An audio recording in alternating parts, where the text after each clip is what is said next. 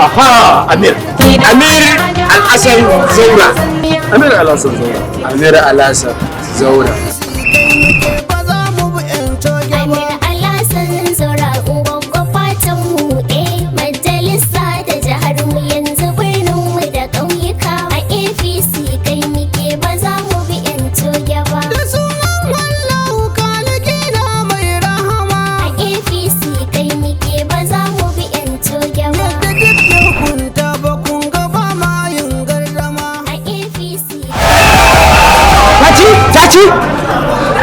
Lallai wannan da rafi'una an ji to mutanen ungonku ƙaramar hukumar ungonku wannan garin ungonku lalle ga yaron malam na baban haja ba da kanka tsari na garzo na to dan na kawo kukana da kukan masoya da kukan dukkan mutane a cikin wannan jiha ta ƙaramar hukumar ungonku iyayen mu mata da matasa namu ya fito.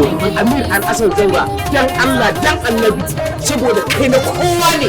To ga kuma 'yan kasuwa, ga malamai, ga ɗalibai, ga 'yan siyasa, ga mu masu entertainment ɗin al'umma. Amir Zaura, ka mai da hankali, baban hajja kafance na gayawa.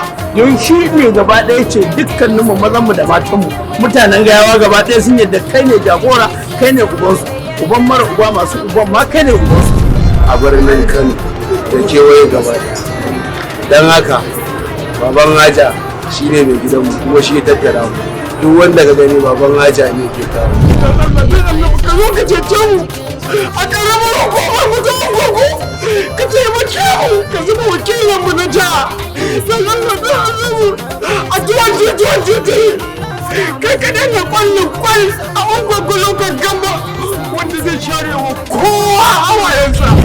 Masoyin Baba Ganduje ne, masoyin Dr. Amina Abdullahi Umar Ganduje. Allah ya majalisar jiha da yarda